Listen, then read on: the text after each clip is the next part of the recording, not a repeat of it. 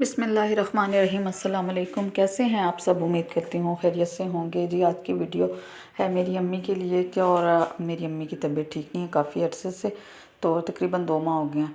तो यहाँ पे ये तभी किया जब मैं गई थी अम्मी की तरफ, जैसे नया साल स्टार्ट हुआ और मुझे अचानक से अम्मी की तरफ जाना पड़ गया। तो आप सब ने भी मेरी अम्मी के लिए ख़ास दुआ करनी है। उनको अल्लाह ताला सेहत वाली लंबी ज़िंदगी अता करे, हमारे सरों पे सलामत रखे। अल्लाह ताला हर माँ बाप को सेहत वाली लंबी ज़िंदगी अता करे और उनके बच्चों के सरों पे सलामत रखे और अपने बच्चों की खुशियाँ देखना नसीब करे, आमीन।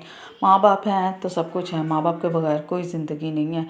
तो बस अगर माँ बाप हैं तो इनका आप एहतराम करें, इनकी खिदमत करें। कि मैं बार बार अपने व्लॉग्स में कहती हूँ, वीडियोज़ में, कि काश का लफ्ज़ आपकी ज़िंदगी में नहीं आना चाहिए। ये काश जो है ना बहुत बड़ा पछतावा बन जाता है। तो कोशिश करें कि जहाँ तक हो सके इनको दुख ना पहुँचाएं। तो यहाँ पे जी सिस्टर ने जो है वो बनाई थी दाल गोश्त बनाया था और नान बांटने के लिए। तो रात हो गई, सिस्टर भी आई हुई थी छोटी। तो यहाँ पे बच्चे जो है बच्चों के लिए इंजॉयमेंट का सामान था। मुझे तो बचपन याद आ गया, बचपन में हम भी इसी तरह फूल झड़ियाँ लेके तो इस तरह जलाते थे। तो बस थोड़ी सी फूल झड़ियाँ पड़ी हुई थी तो बच्चे एंजॉय कर रहे थे सेहन में। तो अंदर जो सा था अम्मी और सिस्टर्स वगैरह अंदर बैठी हुई थी। तो जब हम छोटे होते थे ना, तो ये तो बड़ी वाली हैं, तो छोटी वाली फूल झड़ियाँ भी आती थी डिब्बी में, तो वो हम लोग इस तरह जलाया करता था। पापा पटाखे वगैरह तो नहीं लेके देते थे और वैसे भी मुझे डर लगता था। तो ये होता था। और मुझे याद है कि मेरे भाई को ना देखा देखी शौक आया कि मैंने भी पटाखे चलाने। तो पापा ने उससे क्या किया, पापा ने उसको ना गन ले दी, वो जिसमें से म्यूज़िक निकलता है, उसमें ना 7 किस्म के म्यूज़िक थे। तो वो जब चलाता था ना तो बदल बदल के ना वो चलते थे। पापा ने कहा नहीं, पटाखों के बजाय ना तुम ये चलाओ, ये ज़्यादा अच्छा है। और लाइट्स जलती थी उसमें से। तो वो 2 गन्स थी, एक बॉक्स में से निकली, तो वो चलाया करता था और बड़ा अरसा वो उसने संभाल के रखी। और अल्हम्दुलिल्लाह अभी भी किसी को शौक़ नहीं है। तो यहाँ पे इतनी देर में गैस चली गई थी और हमें हीटर पे चाय पकानी पड़ गई। तो अम्मी की तबीयत जिनसी है वो ऐसे ही डॉक्टर के पास लेके गए थे। तो डॉक्टर ने बस ये कहा, उनको मस्कुलर पेन बहुत ज़्यादा थी, तो उनके जिनसे हैं पट्टे, वो उन्होंने कहा वो फ्रीज़ हो गए, जिसकी वजह से उनके चलने फिरने में बहुत ज़्यादा दिक्कत आ रही थी। उनसे चला नहीं जा रहा था। हर टाइम उनके पास हर किसी कोई ना कोई उनके पास होता था कि जो उनको बाहर अंदर वॉशरूम वगैरह लेके जा सके। तो यहाँ पे हस्बैंड भी पता करने के लिए आए हुए थे। यहाँ पे अम्मी को लेके जा रहे थे हम लोग फिज़ियोथेरेपिस्ट के पास। तो क्योंकि डॉक्टर के पास चेकअप हो गया था तो उन्होंने फिज़ियोथेरेपिस्ट का मशवरा दिया था कि आप उनको भी चेक करवा लें, जो है बहुत ज़्यादा मसला है। एक तो ठंड थी, ठंड की वजह से भी बड़ा ज़्यादा मसला हो रहा था, क्योंकि बहुत ज़्यादा पट्टे में खिंचाव आ गया था। लेफ़्ट साइड ना लेग ज़मीन पे नहीं रख रही थी, पाँव रख ही नहीं रही थी वो ज़मीन पे।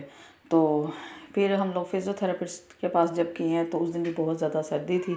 हालांकि गाड़ी में गए थे, मगर फिर भी उनको आती दफ़ा उनकी बहुत ज़्यादा तबीयत ख़राब हो गई थी। तो यहाँ पे वेट हो रहा था क्योंकि वो नमाज़ पढ़ने के लिए गए हुए थे। तो ये भी हमें रिकमेंड किया था उनके जिन डॉक्टर हैं जो अम्मी के, उन्होंने। तो बस भाई थे साथ, में थी साथ, अहमद आया हुआ था। तो यहाँ पे आपको बताऊँ, यहाँ पे मुलाकात हुई किससे, जब हम लोग अम्मी का चेकअप करवा के जाने लगे हैं। थोड़ी देर में डॉक्टर आ गए थे इशा पढ़ के। तो जिस तरह हम लोगों ने अम्मी का चेकअप करवाया, उन्होंने जो भी रिकमेंड किया है, मेडिसिन दी हैं और जो भी, तो हम लोग, उन्होंने कहा था कि 1 हफ़्ते के बाद आप दोबारा आना। जैसे ही हम बाहर निकलने लगे हैं तो आगे से ना, पहले क्लिनिक में बैठे हुए देखा तो मैंने कहा ये पता नहीं कौन है, मुझे देखा देखा लग रहा है, पता नहीं कौन है। तो देखा तो सबा फैसल जो हैं इनके बेटे अंदर आए हैं। उन्होंने कहा मैंने अपनी मदर को चेक करवाना है। तो साथ ही सबा फैसल से मुलाकात हुई दरवाज़े में, हम निकल रहे थे उस टाइम। तो पिक्स वगैरह बनाना अच्छा नहीं लगता, ज़ाहिर बात है। वो भी अपने किसी ना किसी मसले के लिए, प्रॉब्लम कोई होगा जो इधर आई हुई थी क्लिनिक में।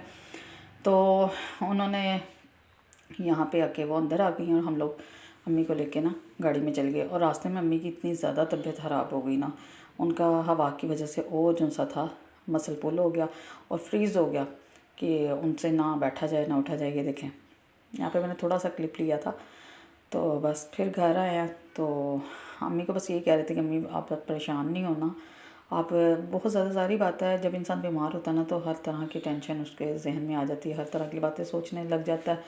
तो वो बस यही कह रही थी, नहीं मेरी तबीयत बहुत ख़राब है, मेरे से नहीं अब उठा बैठा जाता। तो अम्मी को हम लोग वॉशरूम वगैरह या बाहर थोड़ी सी वॉक भी करवा देते हैं और अम्मी को लेके जाते थे ताकि अम्मी को फील हाँ जी, यहाँ पे बच्चों को जो है थोड़ा सा एंजॉयमेंट के लिए कुछ खिला पिला दिया था। और साथ ही सिस्टर भी आ गई थी। आपको जैसा कि पता है कि मेरी सिस्टर का चैनल है, तो वो रेसिपीज़ अपनी बना के ले आई थी। गाजर का हलवा था जो कि बहुत ही यमी था, और साथ ये एक और रेसिपी मीठे में बनाई हुई थी, बिस्किट टाइप थे, बहुत मज़े के थे, और ये लेके आ गई थी। बच्चे यहाँ पे एंजॉय कर रहे थे। और एक सेकंड नंबर वाली सिस्टर भी आ गई थी। यहाँ पे अहमद जुनसे और हिहाब के साथ ज़रा अपना कंपनी इंजॉय कर रहे हैं। इन दोनों की आपस में बहुत ज़्यादा बॉन्डिंग है, फ्रेंडशिप बहुत ज़्यादा है। तो बस अम्मी के पास यहाँ पे बैठे हुए इंजॉय भी कर रहे हैं।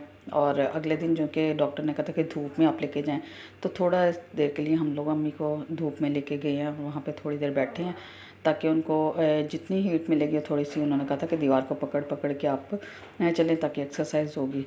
तो यहाँ पे थोड़ी देर हम लोग धूप में बैठे हैं और उसके बाद नीचे आ गए हैं।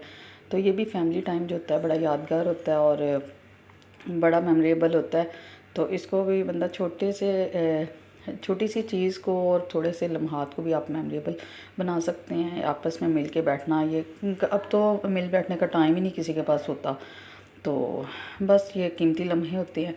तो बस फिर आप मेरी अम्मी के लिए ख़ास तौर पे दुआ करें और मेरी वीडियोस को लाइक किया करें, शेयर किया करें और कमेंट किया करें, और मेरे चैनल को सब्सक्राइब करें।